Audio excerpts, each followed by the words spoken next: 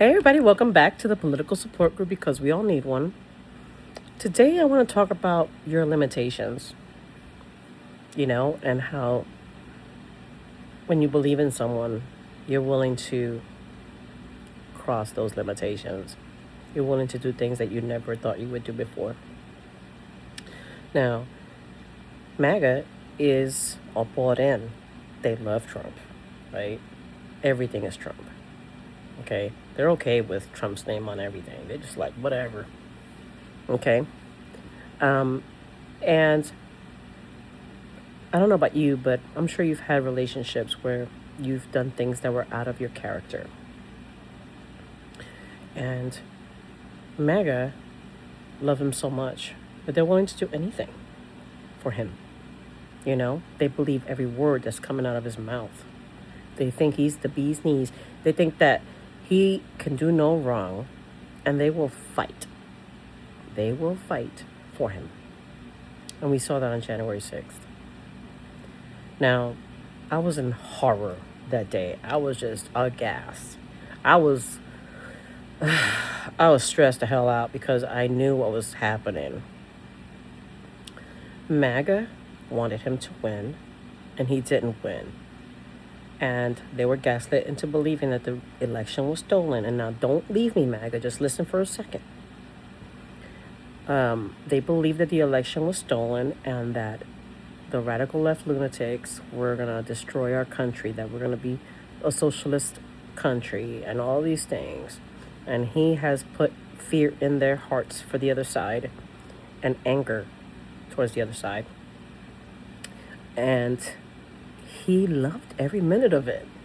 He loved being on them stages, on the rallies, and he would just go on and on and on and on about the same shit.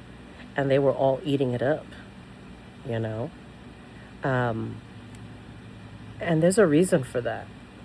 Because the more they say something, the more you believe it. The more you're brainwashed into believing what he's saying. In order to be brainwashed, you have to have something repeated to you over and over and over again. So they're all bought in. They love him. They see him as a savior. They see him as somebody that cannot be touched. And if somebody touches them, guess what? They're going to come out. Okay? I've been there. I loved my man back in the day so much that I did things that were not in my character. Up to and including fighting another girl and, tracking him and shit like that, which I never would do, But they make you feel so insecure, and they have you so in love that you're willing to do whatever it takes to protect that relationship. They wanted to make sure he stayed in power, and they didn't care how they did it. And if he said that the election was stolen, they believe in it. They're believing it, and they're getting outraged, right? These are our family and friends. MAGA is part of our family and friends, And as much as you can't stand it, they are part of us. We're on the other side, okay? So they became desperate, and they did things that they should not have done. We have guidelines. He was able to go into all of the states and argue his case. He had Giuliani fucking bleeding ectoplasma from his fucking brain, and Janet Ellis fucking farting in the middle of a meeting, to the point where it scared Giuliani, and they were all acting crazy, trying to change the narrative, trying to make people believe that the election was stolen. Now, I know sometimes things aren't all accurate because there's nothing accurate, not even contraception, okay? So I'm sure things were not right. They're not right with every election, okay? But they got the opportunity to go before a judge and state their case and look at the evidence, and they did not win their cases, And it's hard for MAGA to accept that. He said it was stolen. They believe it was stolen, They hate the blue states, you know, and they don't believe anything that comes out of anybody else's mouth but him. And it's the reason why he didn't, you know, have a peaceful transfer of power. He didn't want to give up the power, you know, and he stood there at the ellipse and said, you got to fight for your country, you know. And when, you know, when you have something that you believe in, you want to fight for it. And I remember worrying about MAGA. I did. I was worried because I knew what he was doing. You know, he rode on the backs of MAGA all that time. And when he wanted to hold on to power, he didn't care if he had to use them to do it. You know, and they would do anything for him. They were ready. They had arms, they had plans. Somebody built a gallows, you know, all of the things, because they wanted to fight for him, because they truly believed that he was good, that we needed him in the government.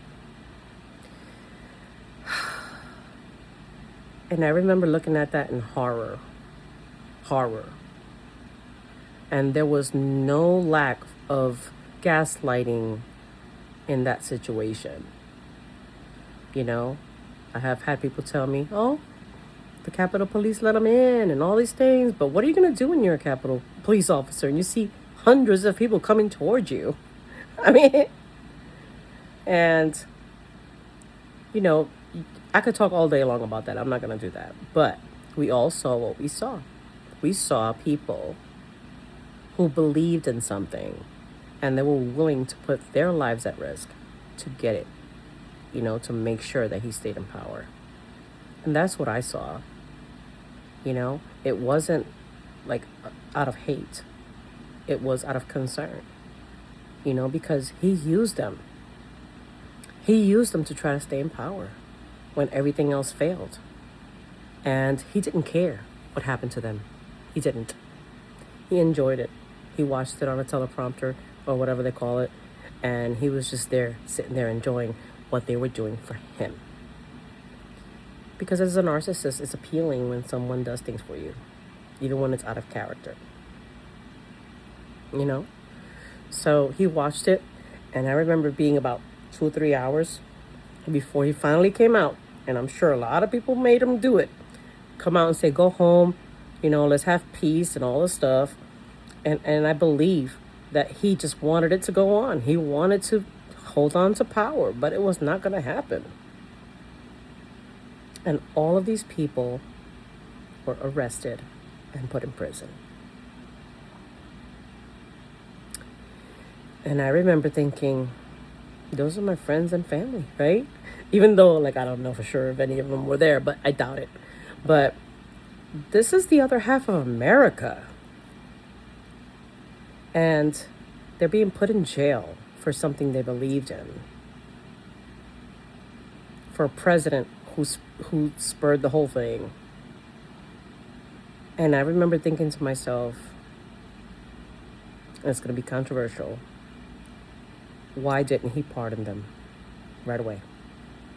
I remember thinking that, even though I have more left-leaning beliefs and I didn't agree with anything that happened there at all, you know, but why didn't he pardon them? He was the one that said, let's go over there, let's do this, let's fight, you know. And his people were arrested one by one and went to jail. And instead of transferring the power peacefully, he snuck out the back door, and, you know, without giving them any kind of pardons. And I can only imagine what they were thinking about when they were in jail, in prison. You know, what were they thinking about? Because I would have been furious sitting in that jail. You know, but what they did was wrong. What they did was wrong. And you may not believe me, but it's the truth. And they paid for what they did. You know, he could have easily left and come back just like he did. right? He won another election and he came back in. But he couldn't stand it so much that he's willing to put the people that love him so much at risk. And he didn't even come to their rescue. And to me, that says a lot. Yeah, he pardoned them once he got back in office. But that's because he needed to use them again. You know, I'm sure a lot of those ICE agents out there are part of that crew. You know? And they're just a tool for him, and they don't know it. You know? He's ripping apart America. You know? And they seem to believe that they are the golden child and we are the scapegoats, right? But the golden child gets abused too. When he cuts programs, he's cutting their programs too. When he takes away school lunches, he's taking away school lunches from their kids too. When he cuts SNAP benefits, he's cutting the SNAP benefits of them too. And that's why you saw a lot of people on the internet, I can't believe this is happening to me, blah, blah, blah. You know? Did you think that it was going to be selective? It ain't going to be selective, honey. You know? And I think it's just sad. If you really think about it, it's sad. Because he doesn't give a shit about them. He doesn't give a shit about the left. He just wants what he wants. And he's willing to sacrifice them. But they are willing to sacrifice themselves for him. They believe in the larger mission, and they're willing to deal with being in poverty, having to pay for medical care, and all of the things because they are willing to suffer for his mission. But they don't know that he doesn't really care about anybody but himself. Let me know what you think. Because I'm sure all of us have been there where we have put our principles behind us and just accepted shit we should not have. You know? Let me know what you think in the comments. Be kind. God bless.